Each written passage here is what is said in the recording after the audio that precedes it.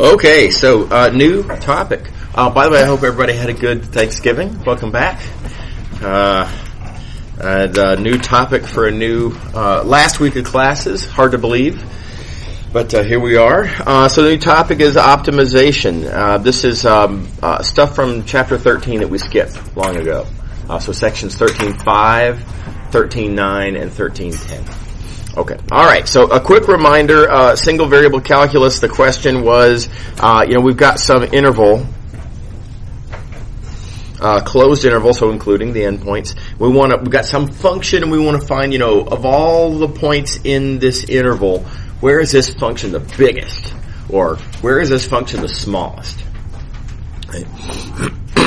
There was a whole process for how you do that, right? So one thing I want to remind you of is that there were different rules in the interior than there were on the boundary. In the interior, you play this whole game where you take the derivative and stuff, set it equal to 0. We'll talk about the details in a second. You didn't have to do that on the boundary. Or you might say, you don't get to do that on the boundary. Right? So on the boundary, you have to check the boundary points. It doesn't matter if the derivative's not 0, you still check the boundary points. Right? So different rules on the interior and the boundary. Likewise with multivariable. Now, things look different in the multivariable setting. Our interior here is now, and just for this one picture, I'm drawing a two-dimensional interior, which therefore has a one-dimensional boundary. And we can't just say, check the boundary points. Right? When you're talking about this picture, well, there are only two boundary points, and yeah, sure, just check them. It's just two. Right? Here, there are infinitely many boundary points. Okay, so everything is a little bit different. The boundary is going to be a significantly harder problem than just check the 2 points. Right? But the key point I'm trying to get to here is that there are different rules in these two different parts of our domain. So we're going to come up with some rules for how to find critical points in the interior, and then we are also going to find different rules for how to find critical points on the boundary. Okay, so back to single variable calculus real quick. Here is how we rule points out in single variable calculus. Let's look at this value of x right there. Is that point x a local maximum? Well, we could reason as follows. We can say, look, at that point, assuming the function is differentiable, I can evidently see that the derivative is not 0. And these two conditions clearly tell me that, look, the function is in the process of increasing. Now, the fact that the derivative is not 0, it's increasing here, increasing as you move in that direction. If the derivative had been negative, okay, fine. Well, at this point, the function's increasing as you go in the other direction. The point is, nearby, if you go to the correct direction, the function's increasing. If where you currently are, the function is in the process of getting bigger, then it is not at its maximum. That's the big reasoning, right? And as a result, we can eliminate that point. Could not possibly be a maximum. That point could not possibly be a maximum. Okay, so this is the reasoning that we apply, and the good news is this reasoning applies in the vast majority of points in the domain. Arguably, in this case, as I have it drawn, assuming everything's as pictured, there's a value there where the reasoning doesn't apply, and there's a value there where the reasoning doesn't apply. But other than those 2 points, where it's kind of flat, the derivative is 0. The derivative, I can't say the function's increasing if the derivative is 0 there. I don't really have a foot in the door to actually make any reasoning at those points in green. But at all these other points, nope. A whole bunch of nope at all those points. That couldn't possibly be the maximum that we're looking for. Right? Okay. And so, then, looking at those green points, we can't rule them out as possible maxes. Now, why can't we rule them out? Well, because our reasoning, our rule out, our simple-minded rule out process it doesn't work. And it could fail to work for any of two possible reasons. Either the function fails to be differentiable, in which case our reasoning fails, right? Or maybe the function fails to have this feature of the derivative being non-zero. In other words, maybe the derivative is zero. So if either one of these things happens, throw up our hands in frustration. We have no idea what's going on there. We can't rule it out. And we have to, deal with it. All right. Now, the way we deal with it, I know you all remember this, but the way we deal with our failure to rule out a point is to give it a name, call it a critical point, and we'll apply other techniques later on. What we can't do, and this is a big deal, make sure you understand, you cannot then just actually conclude that it's a maximum. And you cannot just immediately conclude that, well, it's either a maximum or a minimum. No, absolutely not. Right? So, for example, if the point fails to be differentiable, well, it could be like this. That's neither a maximum nor a minimum. Right? So you don't know anything.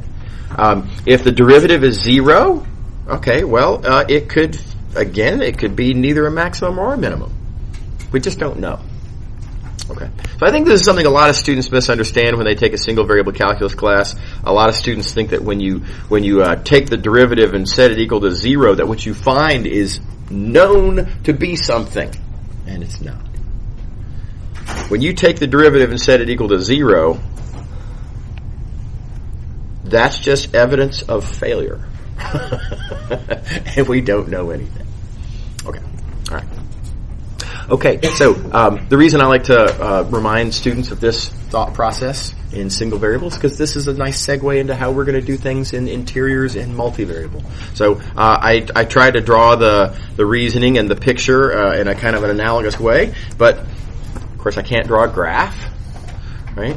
Very conveniently, so I'm drawing this different kind of a picture where we have the domain over here on the left, we have the values, the output values, the target over on the right, and but let's consider a scenario where our function, at a given point is differentiable at that point, and let's suppose the gradient is not zero. Right, so if the gradient's non-zero, I can draw a picture of it. There it is. There's a non-zero gradient vector. Well, just like I did in single variable, I'm going to conclude that because of those assumptions, the function's got to be increasing in some direction or another. And so, same conclusion, the function is increasing in some direction. In fact, by the way, that's the direction. Right? So the gradient always points in the direction of fastest increase. By the way, if you're a little rusty on Chapter 13, this would be a good time to brush up on that. We're going to be using a lot of Chapter 13 stuff here. So, as you move in that direction in the gradient, the direction of the gradient, the function is in the process of increasing. And just like we argued in single variable calculus, if the function's still getting bigger, then where it is right now is clearly not the maximum. It's growing. Right. Okay. So not the maximum. So two conditions that you can check that allow you to rule out that point there as a possible maximum. Couldn't possibly be the maximum that we're looking for. Excuse me. All right. And just like in single variable calculus, this is going to allow us to rule out the vast majority of the points in the domain. Now, because pictures are hard to draw, I'm not going to be able to be as clear as I was on the last picture, but we can rule out most of the points in the domain. There's going to be the occasional point somewhere that, the argument doesn't work. Maybe the gradient, that green point there, maybe the gradient's actually zero. And therefore not non-zero, and therefore I can't conclude that the function's in the process of increasing, and therefore I can't rule it out. Excuse me, sorry. No, I can't rule out. Then I don't know what to do with it. I'm just going to have to set it aside, admit that I've failed to analyze what's going on at that point. Who knows? Maybe it's the maximum I'm looking for. Golly, sorry about that. Okay. But again, good news, most of the points in the domain we'll be able to get rid of. Okay. All right. So, what can we conclude about these other points? This point here where something's gone wrong, where either the function fails to be differentiable,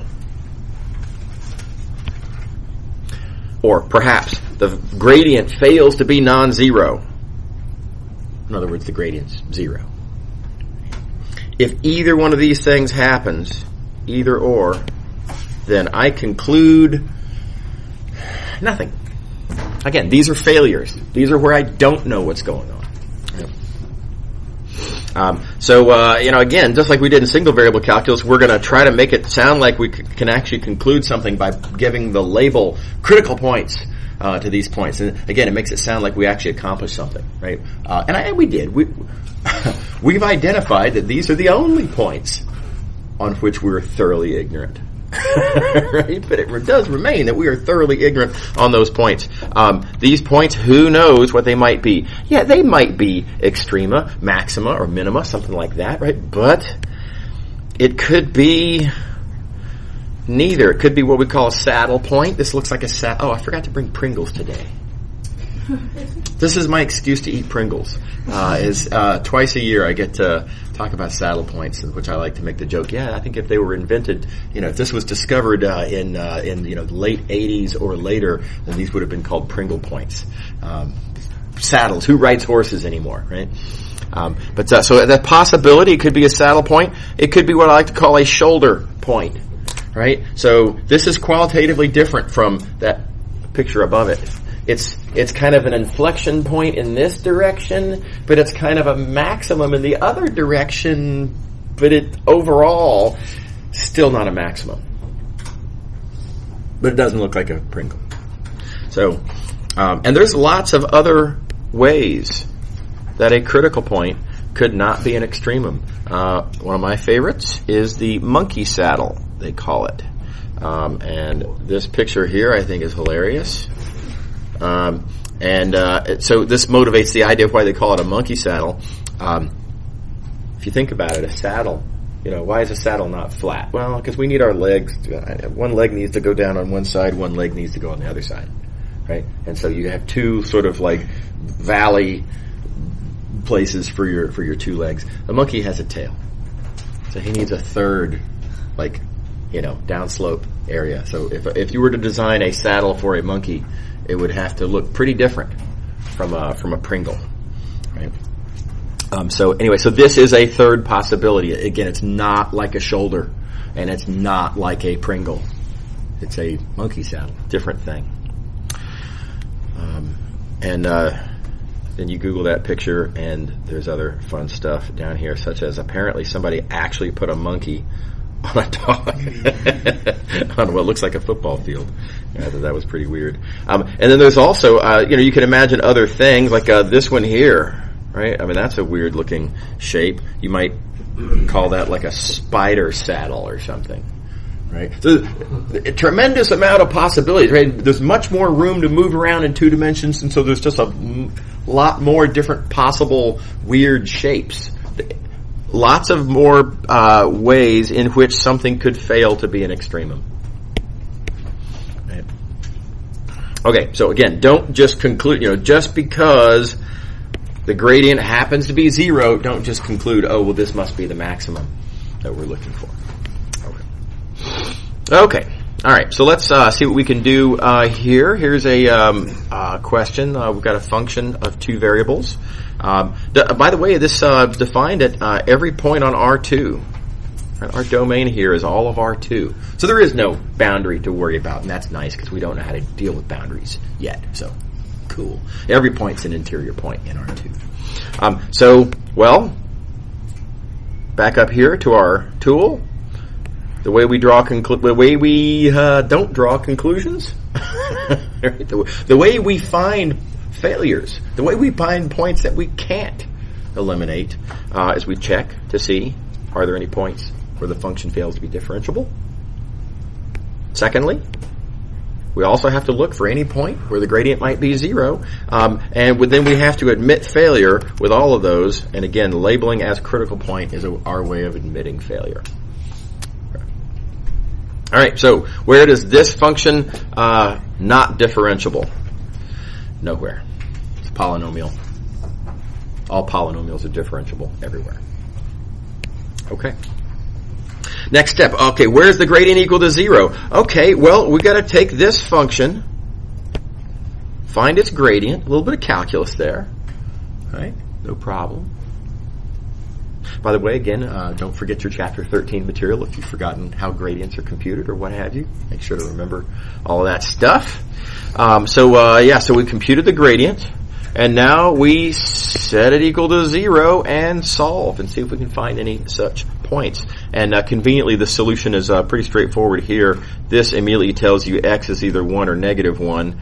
And this second equation down here, well, that immediately tells you that x is equal to 0. So you only have these two possible points. So these are your critical points. These are our failures. These are points where we don't have the slightest idea what is going on. We absolutely cannot conclude that these are maxes or mins or monkey saddles or anything. Okay. So where do we go from here? Okay, we've successfully identified failures. Do we just declare Can you declare victory after concluding failure? That seems kind of wrong. So there's a harder question, which is how to figure out what to do with local extrema and how to classify them. We'll talk about that in a few minutes. Then there's an even harder question, which is it a global extremum? Is this the biggest value of the function anywhere? And then there's an even harder question than that in a sense, and that is there any global extremum? How do you know if a global extremum even exists at all? Or are we on some sort of a wild goose chase, trying to find something that doesn't exist, right? Don't try to find the absolute maximum value of a function that doesn't have one, right? Okay. So I want to make a reference. This is somewhat cultural. We're not going to really do anything with this, but I want you all to know that there is a theorem that addresses this last question. Does a global extremum even exist in the first place? And that is that if you have a function where the domain is closed and bounded, closed means it includes its boundary points. You can't if it doesn't include the boundary, it's just kind of a weird thing. So, bounded means that you can put a fence around it, or that you can fit it inside of some contained thing like a ball or a rectangular box or something like that. And furthermore, if the function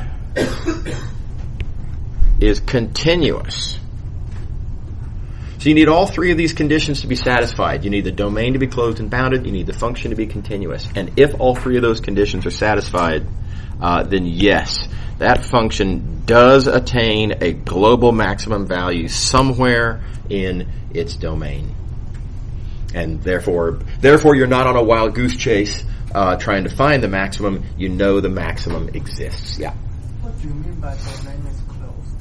Yeah. So closed means that the set in question includes its boundary points, and precisely how you define boundary is there's a whole story there, and it's a very interesting discussion. It's a very important discussion, and it's not Math 212 appropriate, but yeah, right.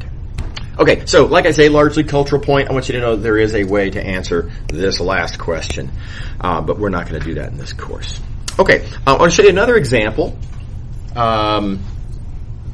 Largely because of how the algebra works out. I want y'all to be aware that the algebra sometimes there's little algebraic landmines, and there are algebraic landmines that in many high school courses are carefully ignored,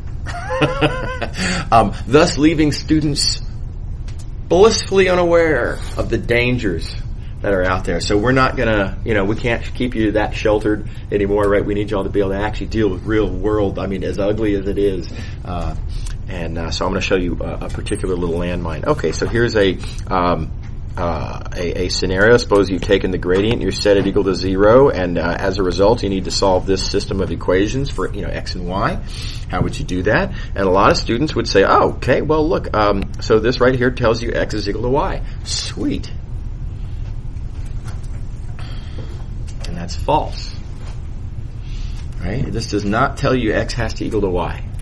This tells you two possibilities. The fact that x squared minus y squared has to equal to 0, and therefore that x squared is equal to y squared, that tells you that one of these two possibilities must be true.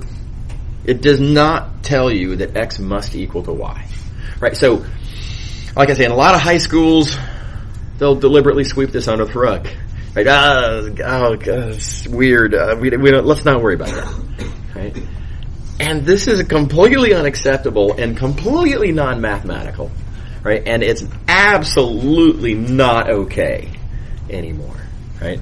So, by the way, just for fun, let me point out another point of view. If you insist that, come on, that's got to tell me x equals y. Notice I could rewrite this as x squared minus y squared equals 0, which I could then factor as x plus y times x minus y equals 0. And if a product is equal to 0, does that just automatically mean that this is the one that has to equal to 0 and not that one? Oh, definitely not the one on the left. No, it's got to be the one on the right that has to equal to 0. Can't even think about the possibility the factor on the left might be 0. Right? I mean, it becomes more obviously insane. Right? All right. Okay. So what do we do? Since we don't know which of these is true, and, well, what you have to do is consider separate cases. Right? So, case 1, it might be that x is equal to y, and we've got to go through and do some algebra there. But then we also have to consider that x might be negative y. That's a whole separate case, and we're going to have to do a whole separate collection of algebra to consider that possibility. Okay. Right. The algebra itself, no big deal. If x is equal to y, let me do it like this. If x is equal to y, plug that into there, and I get that. And that's just a little easy quadratic already factored, and I know what y is. Easy to solve for y there. By the way, once you know y, you plug that into there, and that tells you the x's as well. So y has got to be negative 1 or 0. X has got to be the same thing. So these are our two critical points that we get from case 1, right? I emphasize that that's only case 1. Certainly these are critical points, but we can't stop there. We've got to consider case 2 as well. Case 2, x is negative y. Again, everything's just a little bit different here. If x is equal to negative y, let me come back up to just so I can fit this in. If x is negative y, plug that into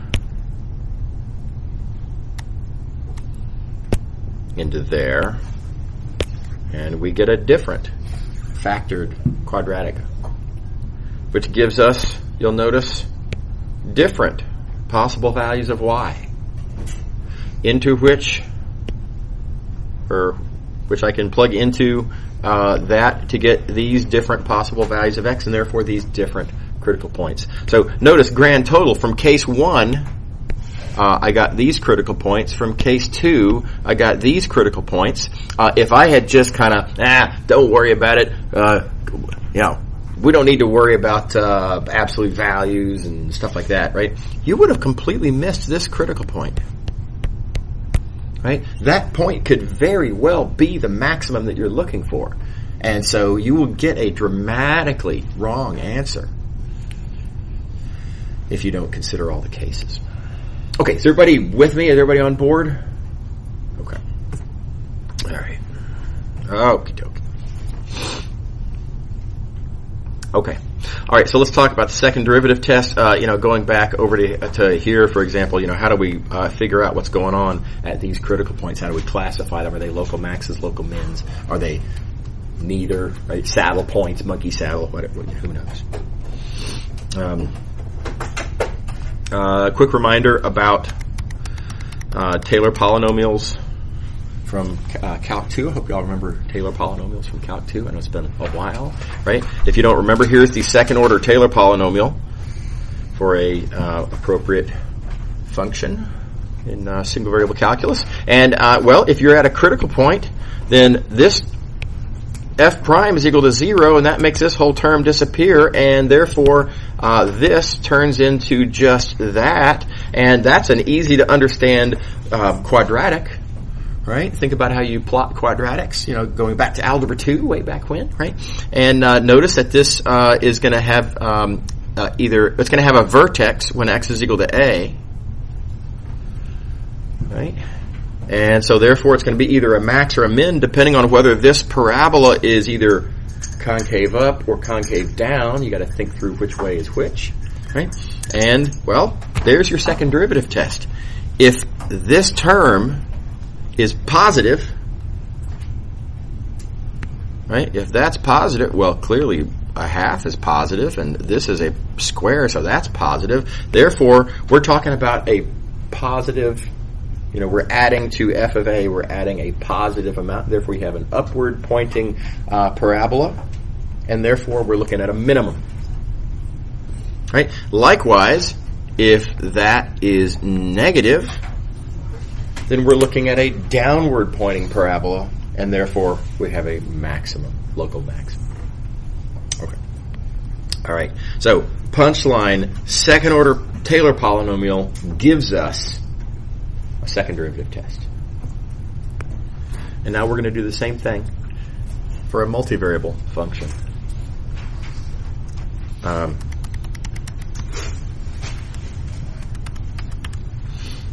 Here's the second order Taylor polynomial, which I know that you have not seen in a Calc 2 class, right? And furthermore, we have not talked about here in this course either.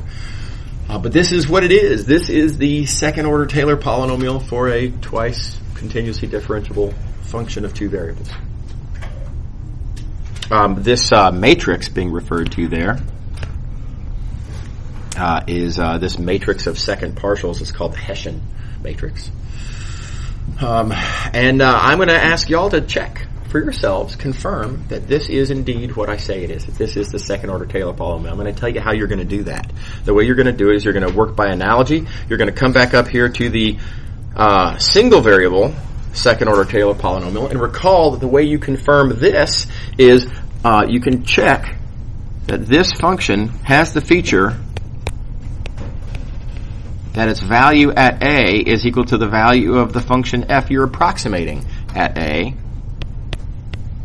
that its derivative at a is equal to the f derivative at a, and likewise that the second derivative at a is the same as f's second derivative at a. You can just directly compute the values and derivatives of this polynomial and directly confirm that they are indeed exactly equal to the values, corresponding values and derivatives of the function that it's approximating. Okay, brute force, take the derivatives appropriately. If you can do that, then you can do the same thing here. You can take this function and confirm that this has the same value as f at the point A. It has the same partial derivatives as f at the point A, and it has the same second partial derivatives as the function f at the point A. So it's a little bit of a computation. It's going to take you a page of algebra. I think it's instructive. Notice that in order to do that, you need to expand this dot product here. There's actually two terms in that dot product because these are two-dimensional vectors. So expand out that dot product, right? You got to rewrite this as x minus a, y minus b, something like that, for example. Right? And then along those same lines, you need to expand out this kind of couple of products. Notice that there is a matrix vector product there, followed by a dot product here. So you're going to end up with 4 terms when you expand that out. So altogether, all those terms, just take the appropriate derivatives, and lo and behold, it works exactly the same way. Okay, healthy exercise. Okay, so let's play the same game that we did before. What happens when the gradient's equal to 0, right? If we have a critical point, the gradient's equal to 0, we throw that term away. We find ourselves looking again at, well, a constant plus, apparently the term that tells all. You know, we just need to know, is this sort of concave up, or is it sort of concave down, or is it neither? And that's the good news. The bad news is understanding what terms like this look like, how they behave algebraically, is complicated. It requires tools that we don't have in this course. It's just much harder than the single variable version. In the single variable version, I'll remind you, like, well, there's 3 things to look at, 2 of which we know are positive. Right? So it just boils down to that one thing, right? And not so. Here is a complicated story involving sophisticated linear algebra. Okay. And I'm just going to tell you, therefore, the punchline. The punchline is this list of rules here. You just got to memorize this list of rules, take it on faith. If you're really curious why this works, once we get to the appropriate, well, those of you who take Math 216 with me in the spring, once we get to the appropriate point, I'll be able to, we will have the tools necessary. It'll be late in the semester in Math 216, and I can show you why this works. It's pretty cool. Anyway, okay, so here's the rule. Notice the prominent role played by the determinant of the Hessian matrix. A reminder, the Hessian matrix is here. There's that Hessian matrix. Prominent role played by the determinant. If the determinant is positive, there's a lot of good news. You're going to look at a second derivative, specifically the xx, second derivative. Positive means local min, negative means local max. Super familiar. Just like the single variable rule. It's lovely. Right, very nice. Okay, so that's the first bit of good news. That's if the determinant's positive.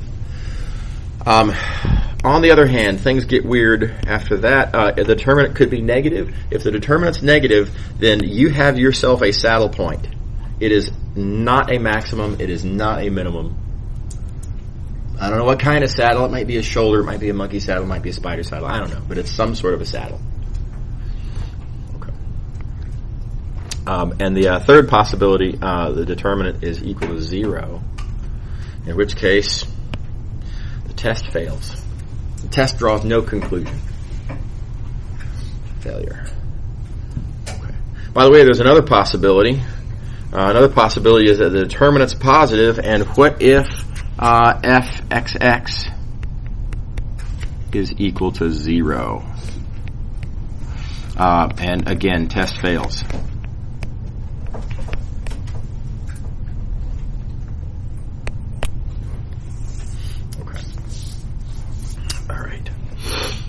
Right. So, just as a for example, let's look at the function we were looking at before. We look at this function here. We found these 2 critical points, and then we threw up our hands in frustration. I don't know what to do with these points. Are they local maxes? Are they mins? We have no idea. So we can apply the rules here to these points one at a time. Let's take this first critical point. Let's not get ahead of ourselves. First, let's take this function. We've got to take the appropriate partial derivatives, and there's your Hessian matrix, and then computing further, here's your Hessian determinant. Right, we know we're going to need that to apply the second derivative test. So having done that, this point, plug it into there. The determinant's positive. That puts me up into this box. Determinant's positive. Right?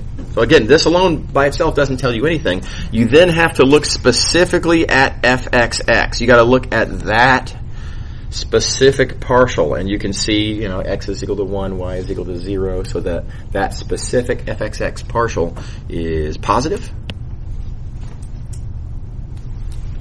Positive means local min.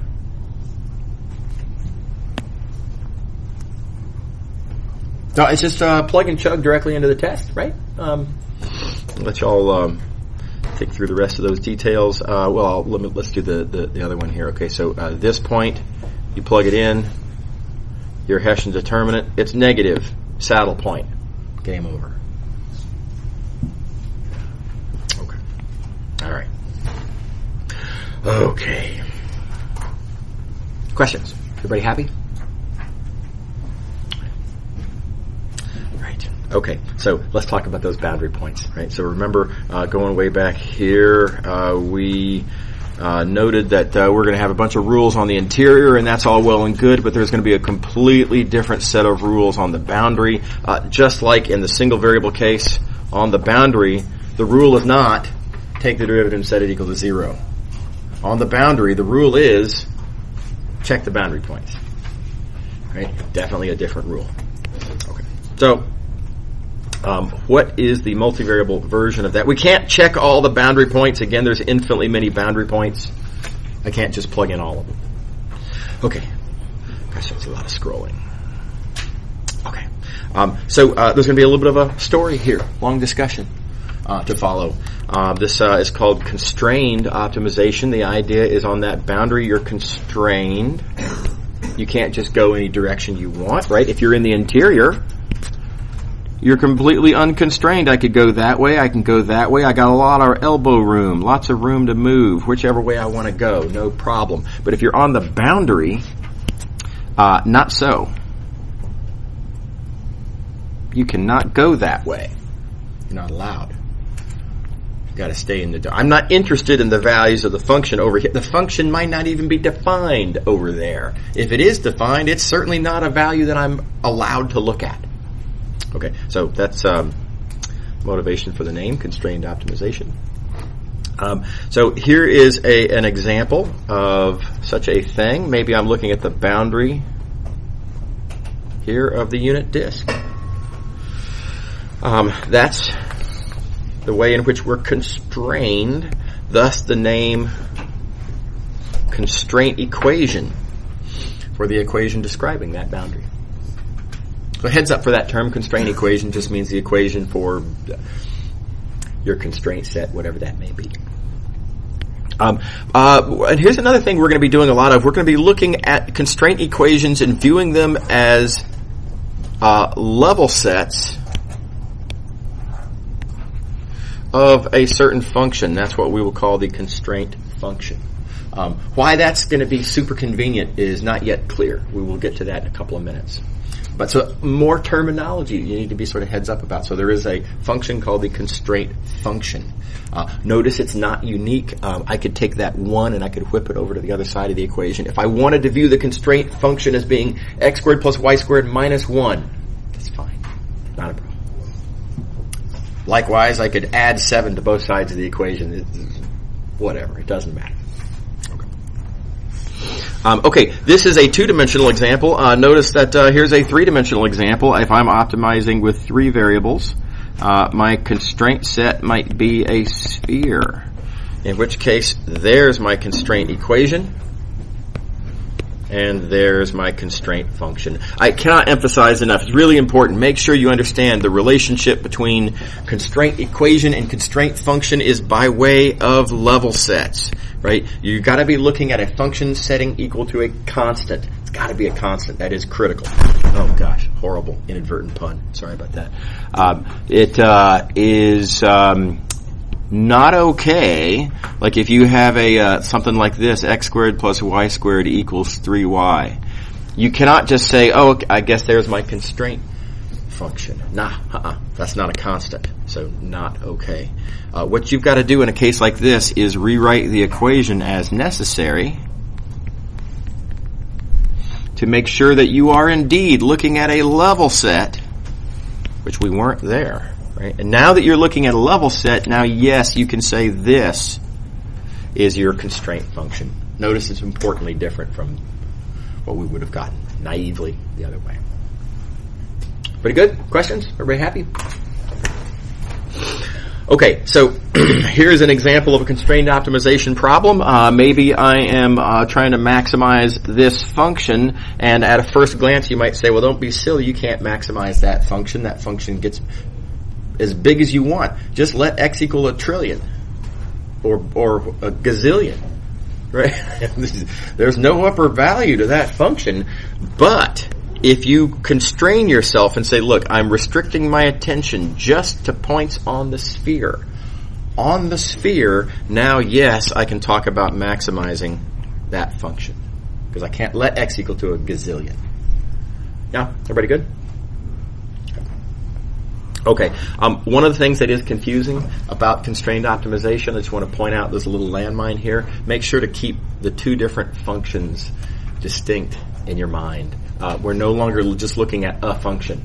Now we have two functions in play. There's the function that I'm trying to maximize. This is sometimes called the objective function. But then there's this other function, right? The constraint function. Totally different function. Unrelated. And you got to keep them separate. Don't put an F where a G should be and vice versa. Okay. Alrighty. Okay, so quick reminder. The gradient is always orthogonal to level sets. Right? And then keep in mind, if the gradient of G is orthogonal to its level sets, well, the level set is the constraint set. So that means the gradient of G is always orthogonal to the constraint set. That's, by the way, that's why it's important that we have a constant here. That's why it's important that we be looking at the level set. You have to think of your boundary or what have you as a level set. That gives us this valuable conclusion. Gradient everywhere on that set always orthogonal. Okay.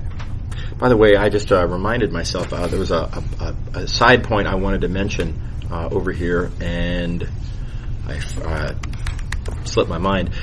So we started off thinking about boundaries, and one way to describe boundaries is with equations, and that's true. Right? But let me point out, at this point, we've reduced the question to suppose you have a constraint equation. And notice, not all equations necessarily describe boundaries of things. So this is actually good news. This means that the methods that we're about to develop here are not restricted to applying only to boundaries of things. I could have a different constraint equation. Maybe my constraint equation is x plus y plus z equals 3, in which case I'm looking at a plane in space. That's not the boundary of anything. The technique that we're about to apply, that we're about to develop, will apply to this sort of a surface as well. Right, so constrained optimization, sometimes people think of this as boundary optimizations. That's actually restricting yourself unnecessarily. This constrained optimization points out that it's boundaries, yeah, sure, and more as well. Okay. All righty. So back to it. So the gradient of G is always orthogonal to the constraint set. How nice. A lingo thing. Sometimes this is called the constraint gradient for obvious reasons. Right? It's a constraint function. So, constraint gradient. Okay, now what about the other gradient though? What about the gradient of f, the objective, sometimes called the objective gradient? Is that always perpendicular to the constraint set, and would we care? So this gets us to the meat of this constrained optimization idea. This is the sort of the nut of it all. This is where the magic happens. So let's consider this point here. We're looking at a point like that. Now, by the way, don't forget your constraint gradient is always perpendicular to your constraint set. Right, so that's always perpendicular. How nice. Okay. And let's consider a possibility. What would happen if our objective gradient is not perpendicular? What would that mean? What could I conclude if this is the case? And what we conclude is actually hugely important. I get to conclude that point, this point A, I guess I'll call it here. That point A is definitely not a local maximum of this function. And the idea is not that different from the argument that we made previously. What did we do in single variable calculus? If the derivative is not zero, okay, start moving in some appropriate direction. Check it out. The function's increasing. How can it be a maximum? It's still increasing. What did we do in interior multivariable optimization? We look at the gradient and we said, hey, start moving in the direction of the gradient. Well, look, the function's in the process of still increasing. How could this possibly be? It can't be a maximum. The function's still increasing. We're going to try to do something kind of the same. All right, well, let's just start moving in the direction. Let's start moving in the direction of the objective gradient. And the only thing is we just can't do that. We're not allowed to do that anymore. Remember, that was sort of the big problem. We are constrained. We're not allowed to leave this surface. We're stuck on that surface. And so we're going to do the next best thing. If we can't go in the direction of the gradient, okay, well then fine. Then go as close as you can to the direction of the gradient. Drop a perpendicular, right, of that objective gradient. Drop that perpendicular. Find some curve whose velocity is the projection of the gradient like that. And now we have the ability to do our simple-minded rule-out argument. As you move along C, you're moving in a direction that's not that different from the gradient. I can compute the directional derivative. Right? The directional derivative is going to be our velocity dot the objective gradient.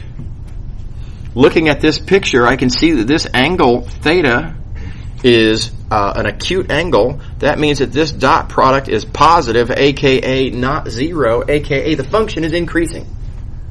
And I can rule out A as a possible maximum. Right? So let's sit on this for a moment. How do y'all feel about that argument? Y'all see how this is analogous to what we did? We had to kind of get creative by coming up with this other direction V. But otherwise, it's kind of analogous. Okay. All right, so this is how we're going to rule out points in multivariable constrained optimization.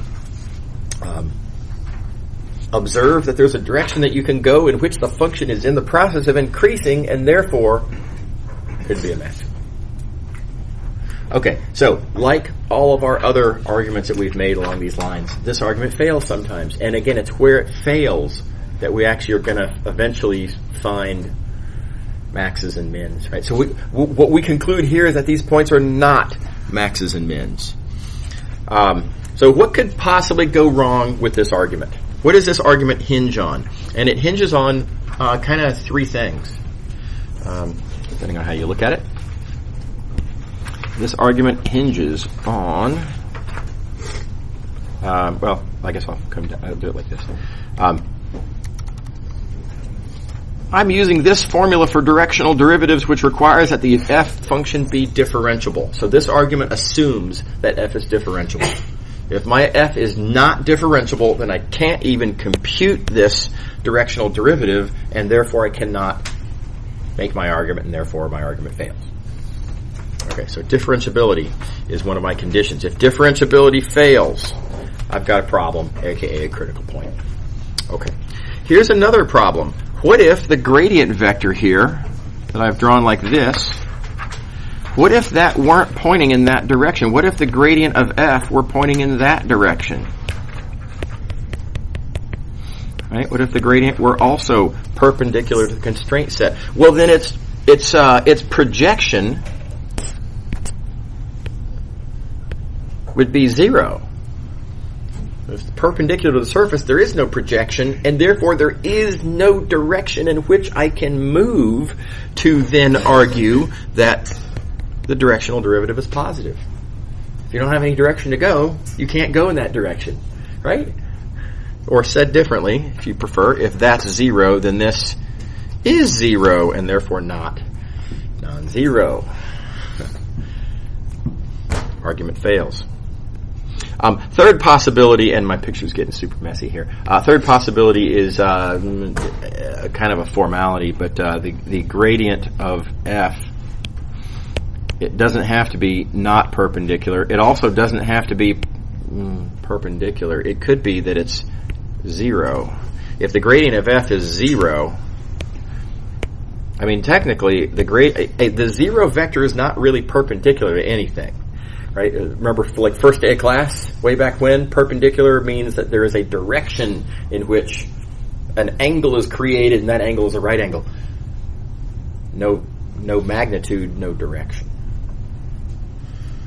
So that's our third sort of assumption. So if either one of these cases happens, if the function fails to be differentiable, if the gradient is perpendicular to the constraint set, if the gradient is 0, then crash and burn, and our argument fails. So I'm going to have to end it right there for the moment, but we will pick up there here next time and see. No, next time we will have a midterm exam. Yay. Hope y'all had a chance to sneak in a little bit of math study over Thanksgiving break. If not, good luck studying. Even if so, good luck studying. Anyway, see y'all later.